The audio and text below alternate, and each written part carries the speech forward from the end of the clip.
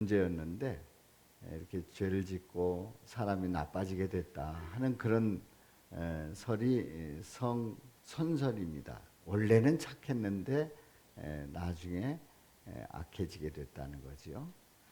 그런데 처음부터 악했다. 처음부터 악했다. 이것이 바로 성악설입니다.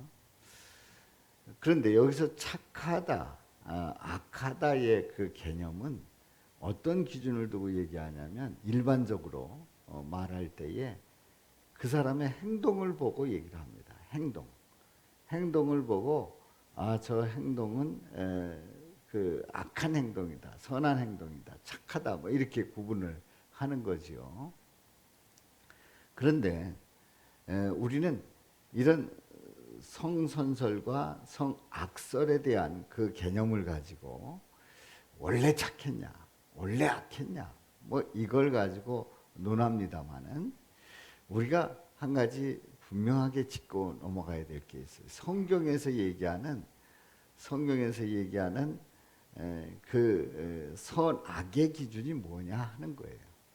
성경에서 얘기하는 선악의 기준.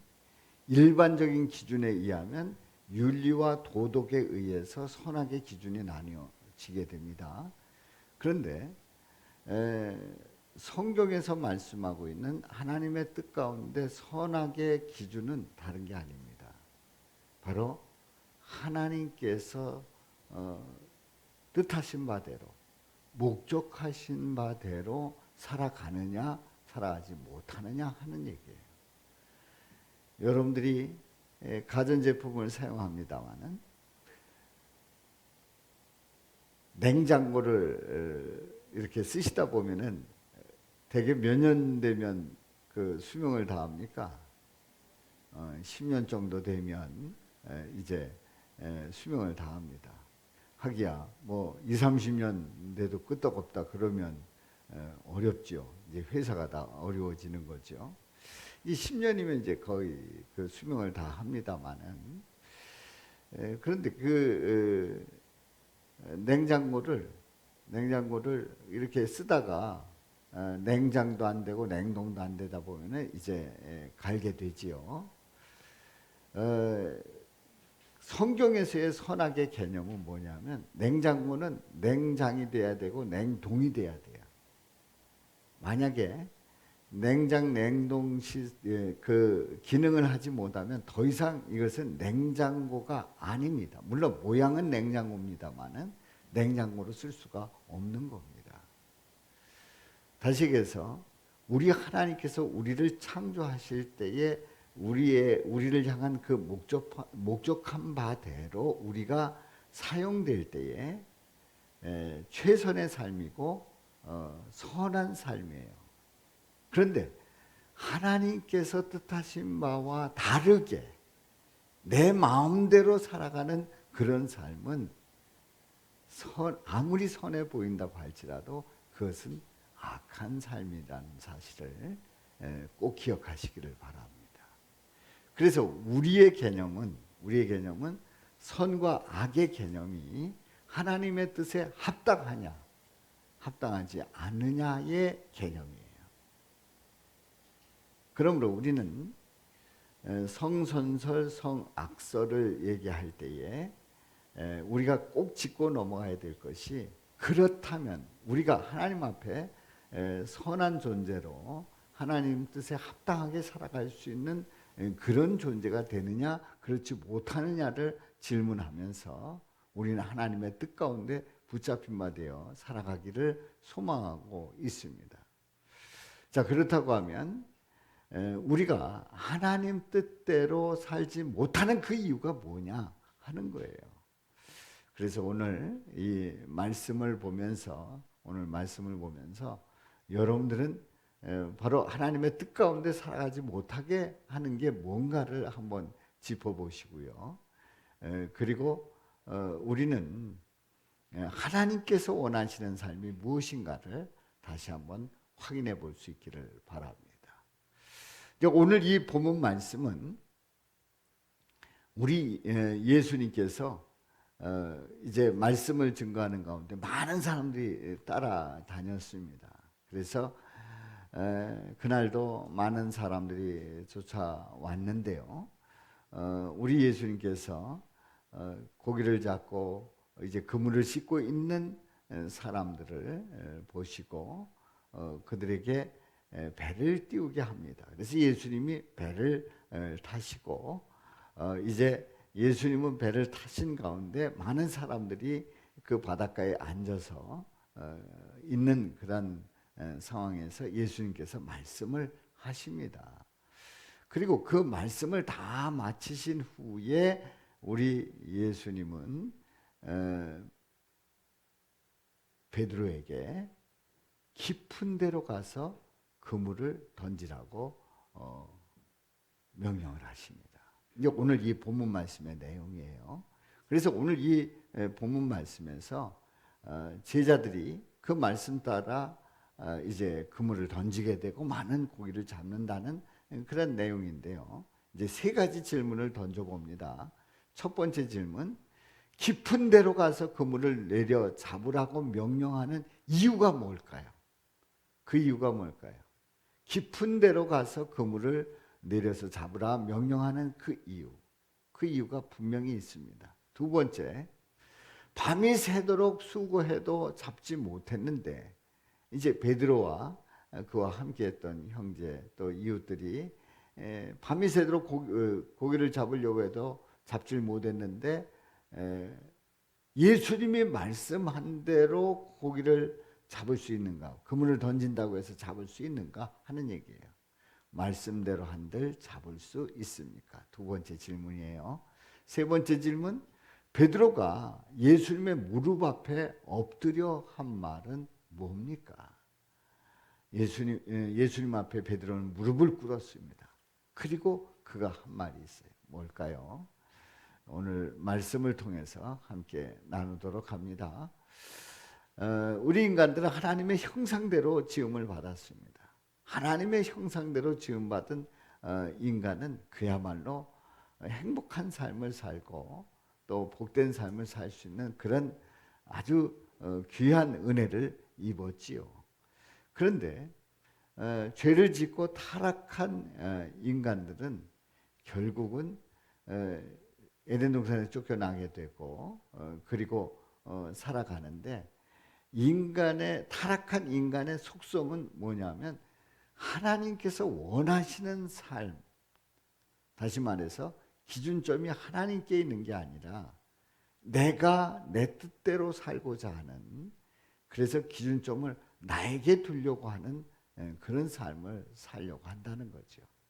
그러니까 선악의 기준이 하나님께 있는 게 아니라 나에게 있어서 내가 판단하고 내가 내 마음대로 살아가고자 하는 그런 인간의 모습을 우리는 타락한 인간을 통해서 확인하게 됩니다.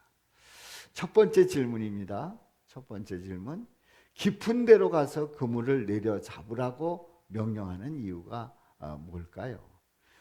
그 이유는 다름이 아닙니다. 깊은 데로 가서 그물을 잡으라. 생각해 보세요. 그동안에 잔뼈가 굵은 이 베드로와 그리고 형제 그리고 이웃들과 함께 지낼 때에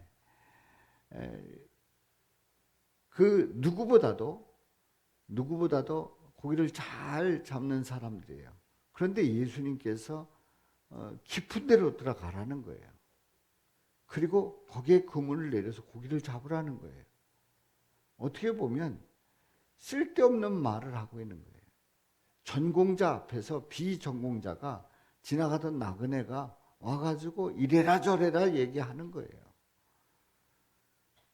우리 예수님은 분명히 그렇게 말씀을 하시면서 명령을 하신 거지요.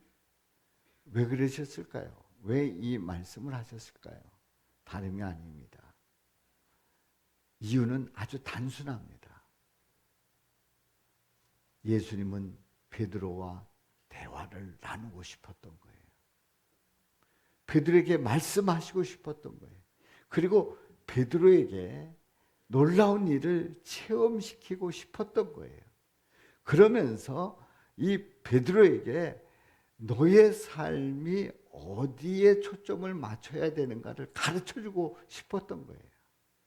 우리 예수님은 그냥 지나가는 것 같았는데, 우연히 말씀하시는 것 같았는데, 사람들 모인 가운데서 우연히 그냥 있는 대로 얘기한 것 같았는데, 우리 예수님은 분명히 의도가 있으셨고 베드로에게 말씀하시고 그 베드로의 삶을 완전히 바꿔놓는 계기로 삼습니다.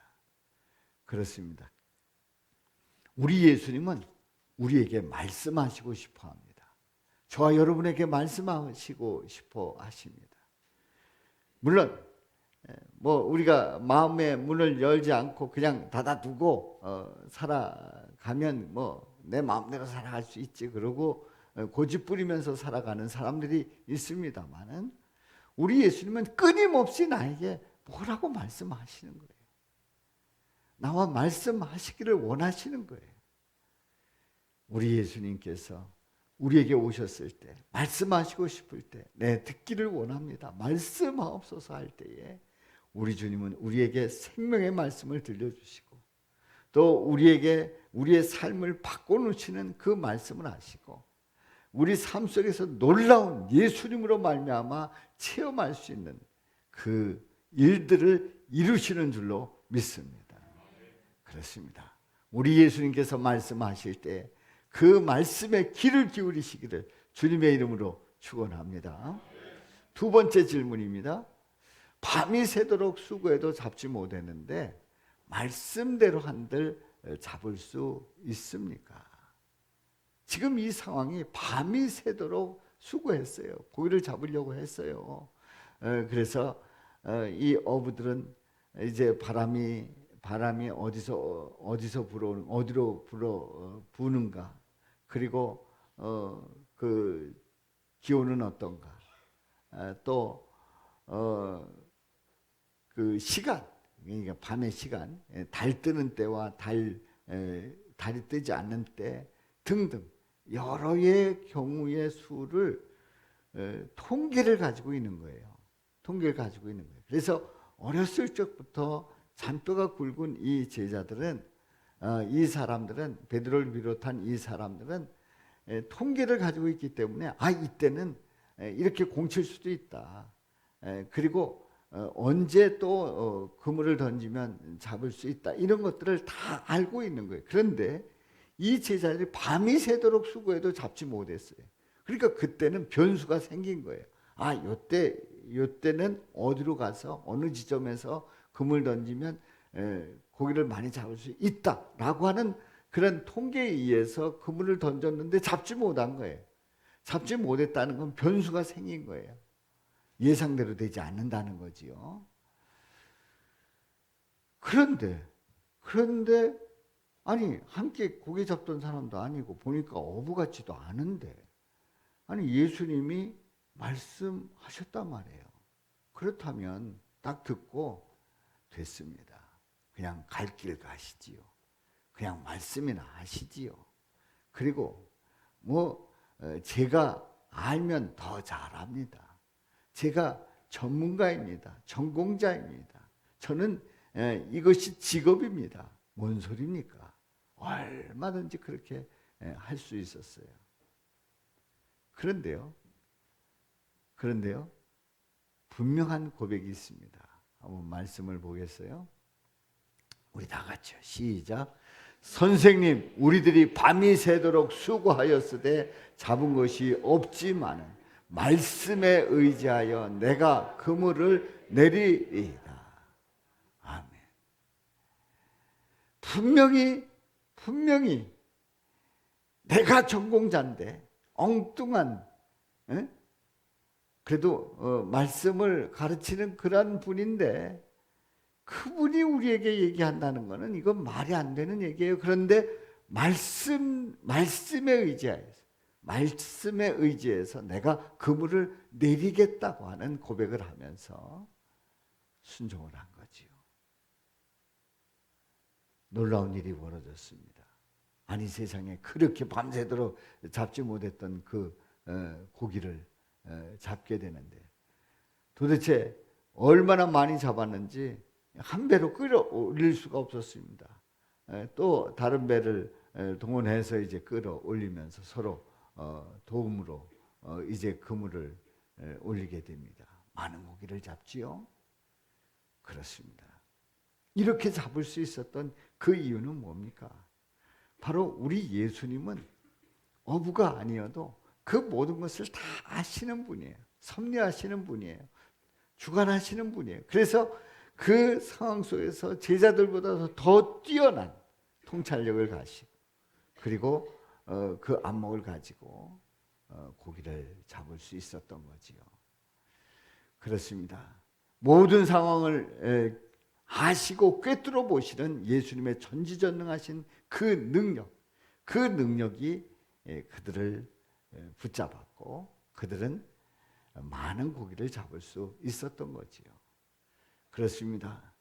살아계신 하나님, 우리 예수님은 우리 삶 속에 우리의 모든 것을 다 알고 계십니다.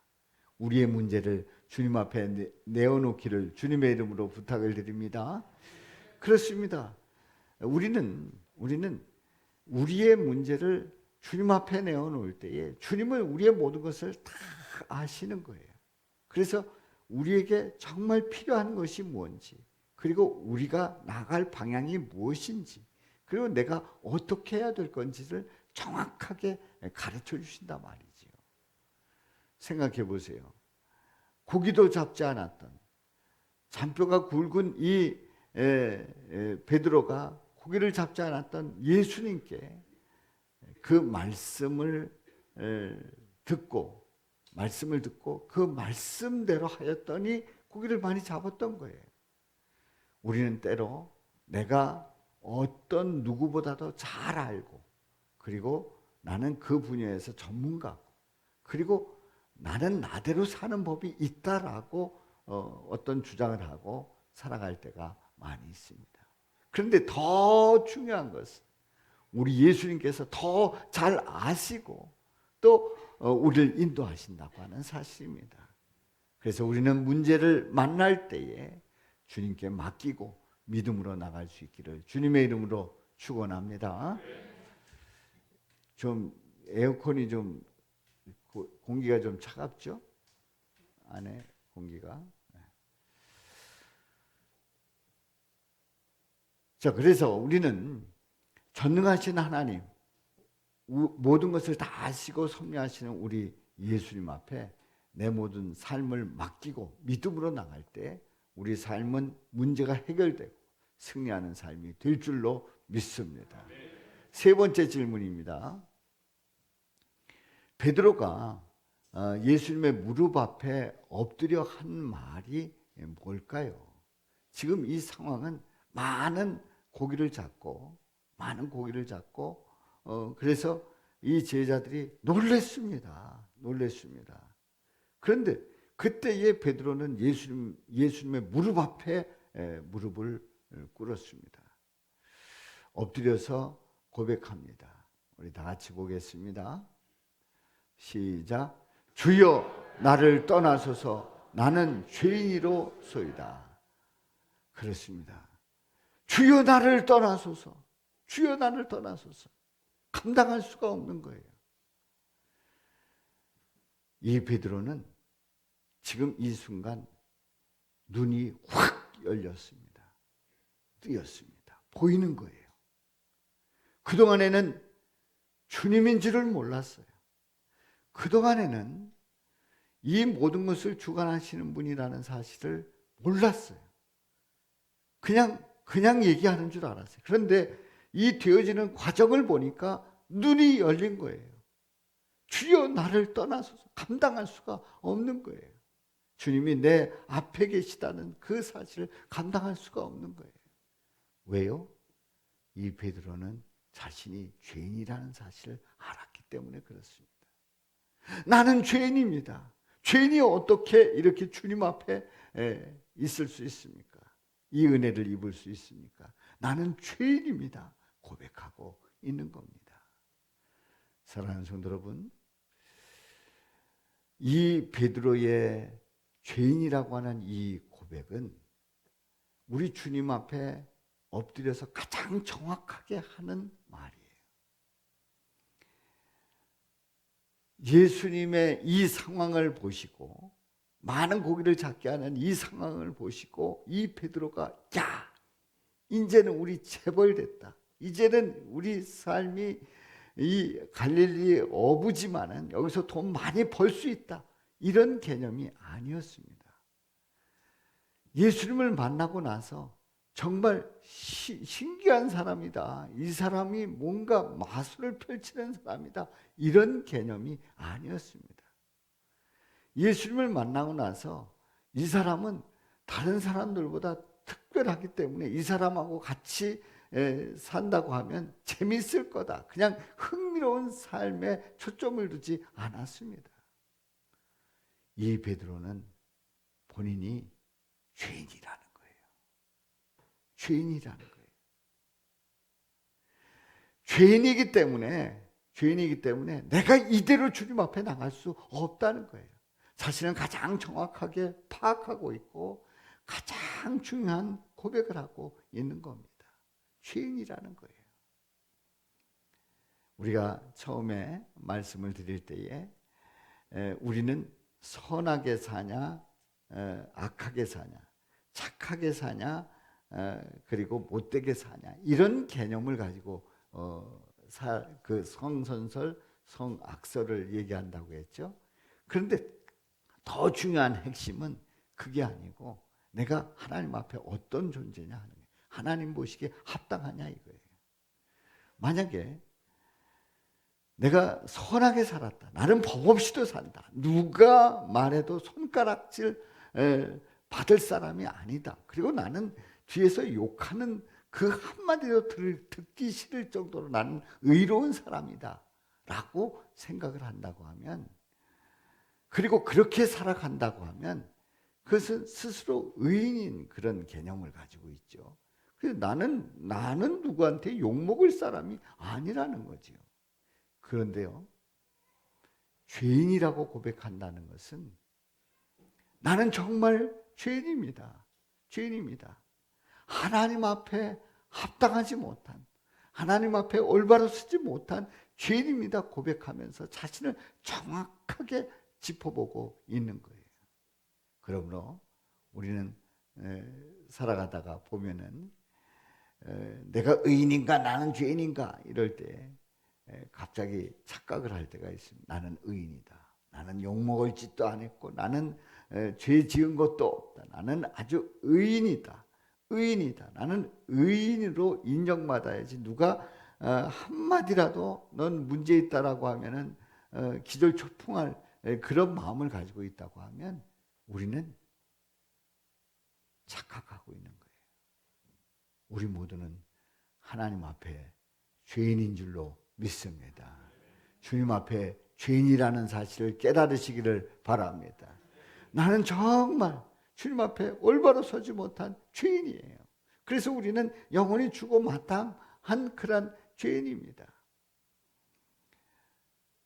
하나님 앞에 불순종하고 그 열매를 따먹고 타락한 인간의 그 속성은 계속 이어져 내려왔고 그 죄인의 그 모습으로는 주님 앞에 나갈 수가 없는 거예요. 베드로가 정확하게 자신을 고백하고 있지요. 그렇습니다.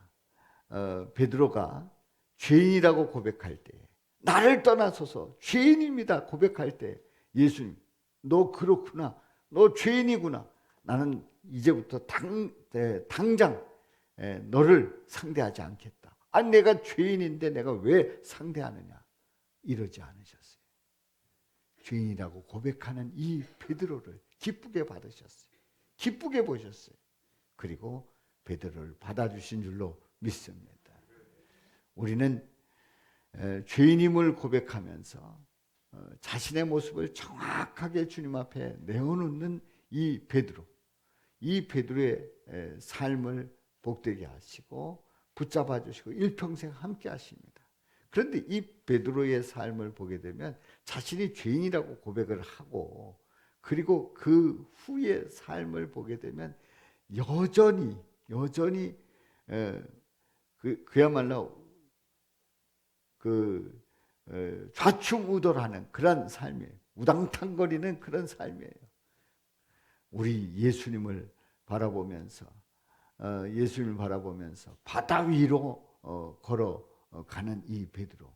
그러나 돌아보면서 빠져가는 이 베드로의 또 믿음 없는 모습을 보게 되죠.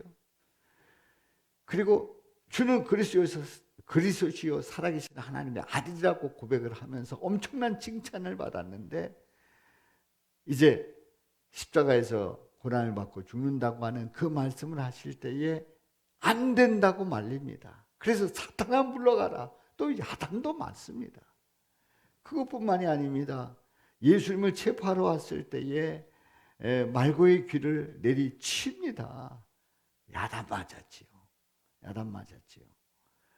칭찬만 할 줄 알았는데 야단을 맞았습니다. 또 예수님이 십자가에 달려 돌아가실 때에 이 베드로는 숨습니다. 그런데 닭이 울고 그리고 회개하며 돌아오는 이 베드로. 그런데 거기서 끝나지 않아요. 우리 예수님께서 부활하시고 난 다음에 만났을 때도 여전히 기다리지 못하고 고기를 잡으러 갔던 이 베드로입니다. 그야말로 그 삶이 죄인의 삶 그 자체였어요. 다시에서 부족하고 연약하고 흔들리고 틀릴 수 있고 그리고 문제가 많고 그리고 주님 앞에 온전히 인정받지 못하는 그런 베드로였어요. 그럼에도 불구하고 자신이 죄인임을 고백하며 주님 앞에 엎드릴 때 끝까지 주님과 동행한 줄로 믿습니다. 또한 쓰임받은 줄로 믿습니다. 또한 베드로라고 하는 수제자로서 일평생 살아가며 복음 증거하는 일에 자신의 목숨을 조금도 아끼지 않았던 베드로의 모습을 볼 수가 있습니다. 그렇습니다. 우리는 죄인이라고 고백한다는 것이 얼마나 중요한지요. 나는 의인이다 출발하면 아무것도 주님이 하실 수 없어요. 그런데 나는 죄인입니다 고백할 때에 우리 주님은 우리를 붙잡아 주시고 우리를 세워 주신단 말이지요. 우리 예수님께서 자신을 의롭다 여기고 그리고 그렇지 못한 사람들을 조롱하는 그런 사람들에게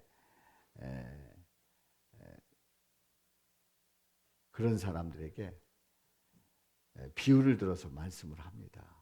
어떤 비유를 드셨냐면 바리새인이 기도를 하는데 이렇게 기도했다는 거예요. 우리 다 같이 읽어봅니다. 시작. 하나님이여, 나는 다른 사람들 곧 토색, 불의, 간음을 하는 자들과 같지 아니하고 이 세리와도 같지 아니함을 감사하나이다. 나는 일회에 2번씩 금식하고 또 소득의 11조를 드리나이다. 거기까지요. 자, 여기서 이 바리새인은 의인이에요, 죄인이에요? 의인이잖아요. 다 잘했다는 거예요. 나 잘했습니다. 이렇게 확실하게 했습니다. 이렇게 틀림없이 했습니다.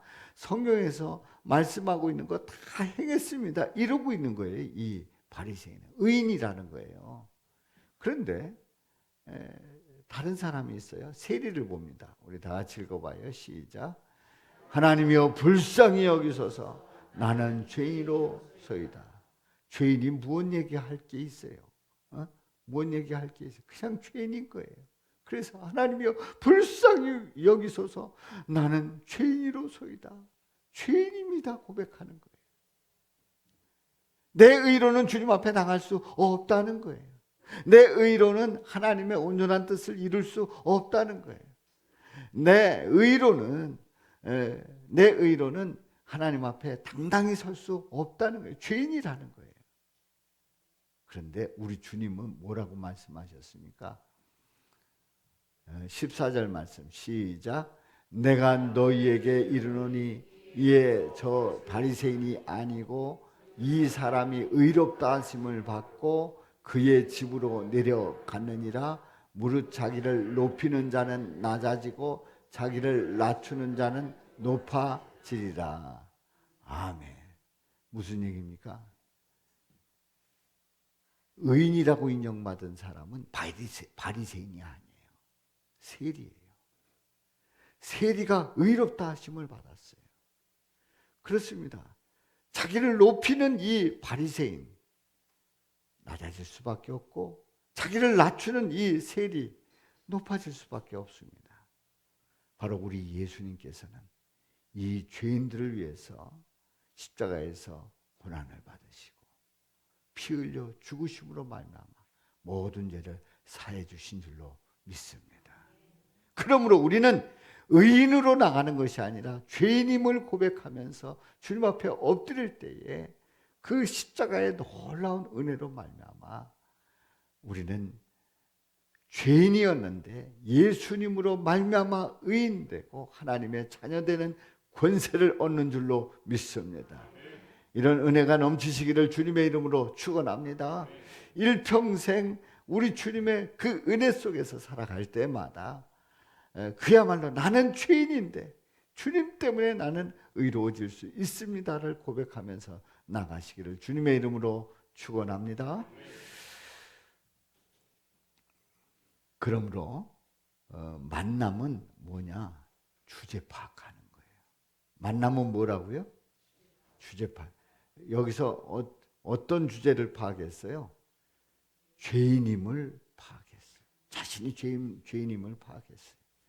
이 베드로가 예수님을 만나는 첫 만남에서 죄인임을 고백하며 나를 떠나 달라고 하는 그런 고백을 했습니다. 그야말로 죄인임을 고백하며 나를 떠나소서, 나를 떠나소서. 그렇습니다. 나를 정확하게 하는 거예요. 나를 정확하게 하는 거예요. 내가 누구인지를 정확하게 하는 거예요. 그렇습니다. 우리는 만약에 나를 정확하게 모른다라고 하면은 예수님이요, 나를 떠나서는 안 되지요.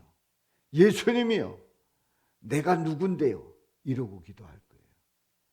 그런데 내가 죄인임을 고백하며 있는 그대로 주님 앞에 엎드릴 때 우리 주님은 우리를 붙잡아 주시고 우리를 품어 주시고 우리를 복되게 하시는 놀라운 은혜와 사랑을 베풀어 주시는 줄로 믿습니다. 그렇습니다. 우리 하나님 아버지께서는 인간들이 그야말로 죄인인지 모르고 살아가는 그 인간들이 죄인임을 정확하게 알게 하시고 예수님을 통해서 구원받게 하시는 놀라운 길을 열어주셨지요. 오늘 말씀을 통해서 이 베드로는 참으로 복된 사람이에요. 왜냐하면 이 베드로가 처음에는 주님이신 줄 몰랐어요. 이 베드로는 죄인인 줄 몰랐어요. 그런데 이 베드로가 예수님을 만나고 그리고 예수님의 그 말씀 속에서 그 말씀에 의지해서 그물을 던지고 많은 고기를 잡으면서 주님인 줄 알고 그 엎드려 기도할 때 죄인이라고 고백합니다. 그렇습니다. 베드로가 참으로 복된 사람이라고 말하는 그 이유는 자신을 정확하게 알고 있기 때문에 그렇습니다. 죄인이라는 사실을 정확하게 알기 때문에 이 베드로는 복된 사람이에요. 바로 이 베드로는 또한 자신이 죄인임을 고백하면서 일평생 살아갈 때에 늘 주님 바라보면서 어느 때는 야단도 맞고 어느 때는 사탄이라고 책망도 맞고 어느 때는 믿음 없다고도 그 야단 맞기도 하고 어느 때는 칼을 꽂으라고 하는 그런 책망도 받았습니다마는 본인이 죄인이기 때문에 늘 주님을 보면서 주님께 초점을 맞추면서 나갔던 거지요. 그렇습니다. 이 베드로가 복된 이유는 자신이 죄인임을 알았고 죄인이었기 때문에 주님을 더 의지할 수 있었던 그런 은혜를 이 베드로는 누렸던 거지요. 자, 오늘 말씀을 보면서 우리 오늘날의 많은 사람들은 본인이 죄인이라고 그러면 큰일 납니다. 생각해 보세요. 죄인이라고 하면 이건 자존심 상하는 일이고 자신을 망가뜨리는 일이고 자신을 완전히 주저앉히는 일입니다. 그런데요. 그렇다고 해서 자신이 지켜지는 게 아닙니다. 예수 믿는 자들은 자신이 죄인임을 고백하기 때문에, 그 출발점이 죄인임을 고백하기 때문에 주님을 의지하고 주님의 은혜 아니면 살아갈 수 없다는 고백을 날마다 하게 되는 줄로 믿습니다. 그러므로 성도는 누구냐? 성도는, 하나님의 자녀는 예수님을 만나는 그 첫 만남에서 죄인임을 고백하면서 나를 떠나달라고 하는 그 고백을 해야 됩니다. 나는 죄인입니다. 저는 감당할 수 없습니다. 고백하는 자가 성도입니다. 그러면 우리 예수님은 그런 성도를 버리십니까? 아닙니다. 죄인이라고 고백할 때 우리를 굳게 붙들어 주시고 우리를 세워주시는 줄로 믿습니다. 인간은 끊임없이 변형됩니다. 변질됩니다. 다시에서 중심이 늘 흔들립니다. 왜 그래요? 언제든지 변형될 수 있는 그 인간은 왜 그러냐 말이에요. 바로 죄인이기 때문에 그래요. 죄의 속성을 가지고 있기 때문에 그래요. 물론 우리가 예수를 믿고 하나님의 자녀가 되는 권세를 입었어요. 그래서 우리는 모든 죄 사함 받은 그런 축복을 누렸습니다. 그럼에도 불구하고 우리가 주님 만날 때가, 천국에 가서 주님 만나기 이 육신을 가지고 있는 우리들은 이 죄의 속성을 그대로 가지고 있기 때문에 언제든지 바뀔 가능성이 있어요. 언제든지. 여러분들, 이제 베드로도 그랬고요. 또 바울도 마찬가지고요. 모든 사람들이, 모든 신앙의 위인들이, 그리고 나 자신을 봐도 그렇고 내가 예수를 믿고 주님 뜻대로 살겠습니다. 그러면 안 바뀝니까? 나는 주님만 바라보며 주님만 의지하며 말씀 보고 기도하고 살아가겠습니다. 나는 이제 변함없이 주님 바라보겠습니다. 그러면 안 바뀝니까? 아니에요. 인간은 언제든지 변형될 수가 있어요. 언제든지 바뀔 수가 있어요. 그래서 주님 앞에 열심을 내겠다고 그 고백을 하고 그리고 다짐을 하고 그리고 거기에 대한 각오를 다시 한번 확인해 보고 그래도 아니 어느 틈엔가 우리는 흔들려 있는 거예요. 바뀌고 있는 거예요. 떠나고 있는 거예요.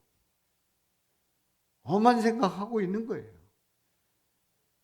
내 안에 계신 진리 되신 예수님 내 안에 계시지만은 죄인인 우리들은 언제든지 흔들리고 있기 때문에 어쩌면 예수 믿는 사람으로는 왜 저런가라고 하는 손가락질을 받을 수도 있다는 얘기지요. 그런데요, 그럴 때마다 우리는 항상 주님 앞에 엎드리면서 나는 누구라고요? 죄인입니다. 불쌍히 여겨 주옵소서. 기도하면서 주님을 바라보고 나가야 될 줄로 믿습니다. 저를 비롯해서 우리 모두가 완벽한 의인은 한 명도 없습니다. 우리는 죄인이에요. 그런데 우리 주님께서 죄인이라고 고백할 때에 우리를 받아주시지 않으세요? 얼마나 감사한 일이에요. 우리가 다시 시작하면 이전 것을 묻지 아니하고 다시 시작할 수 있는 은혜를 베풀어 주시는 그 살아계신 하나님, 우리 예수님 얼마나 감사한지. 여러분들 운전을 하시는 분들이 많지요. 운전면허를 따고. 근데 운전을 잘한다는 개념이 뭐예요? 운전면허를 따고 그냥 운전대 앉고 그리고 시동 걸고 또 기아 넣고 그러면 운전 잘하는 겁니까? 아니잖아요. 규정대로, 법규대로 또 편안하게 또 목적지에 닿을 수 있도록 잘 가는 그 운전이 운전 잘하는 거예요. 그냥 운전면허를 가졌다고 해서가 아니라 운전을 잘 함으로써 운전 잘한다고 말하는 거지요. 우리 교회에서 운전을 제일 잘한다고 하면 우리 김동환 권사님을 제외하면 큰일 날 일이지요. 우리 권사님은 참 운전을 잘하셔요. 근데 우리 권사님으로부터 나 운전 잘해 하는 얘기는 한 번도 들어보지 못했어요. 그런데 그 운전을 하실 때 보면은 제가 옆에서 이렇게 그 앞에 앉았을 때 이렇게 보면은 속도도 빠르지도 않아요. 규정 속도 지키시고 또 차가 흔들리는 것도 아니고 급정거도 안 하고 신호 안 지키는 것도 아니고 그런데 고속도로니 어디 이렇게 가다 보면은 그냥 과속해서 달리던 그런 차들 다 만나요. 가다 보면은 그 얼마나 운전을 잘하시는 거예요.